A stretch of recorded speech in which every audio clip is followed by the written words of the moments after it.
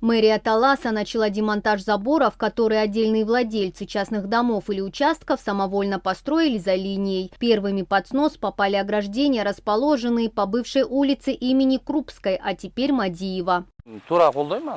Я поддерживаю эту работу. Город Талас должен развиваться. Если честно, я сам перешел дозволенную линию. Я знал, что это государственная земля. Нам дали 3 дня на то, чтобы подвинуть забор. Я все понимаю и призываю других граждан не противиться такому решению. Это все делается для нашего развития. Муниципалитет еще месяц назад предупреждал жителей улицы о том, что будет демонтировать незаконные строения. У людей было время на то, чтобы самим и без лишних споров перенести заборы по правилам, но не все воспользовались этим, поэтому мэрия приступила к решительным действиям.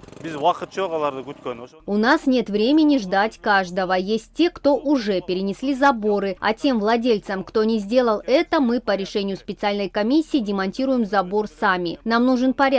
Больше мы не допустим, чтобы ограды устанавливались там, где захочется. Мы будем это пресекать. Людям тоже будет хорошо. Появятся тротуары, пешеходные дорожки, мусорные ящики и скамейки. Люди не будут выходить из дома сразу на проезжую часть.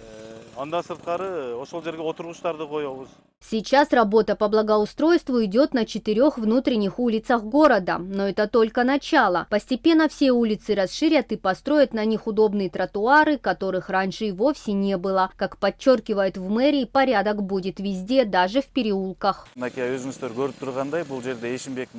начали работу с улицы имени Эшимбека Мадиева. Почему выбор пал именно на эту улицу? Здесь очень много домов, которые пересекли красную линию. Мы планируем построить здесь не только тротуары, а в последующем посадить здесь сквер.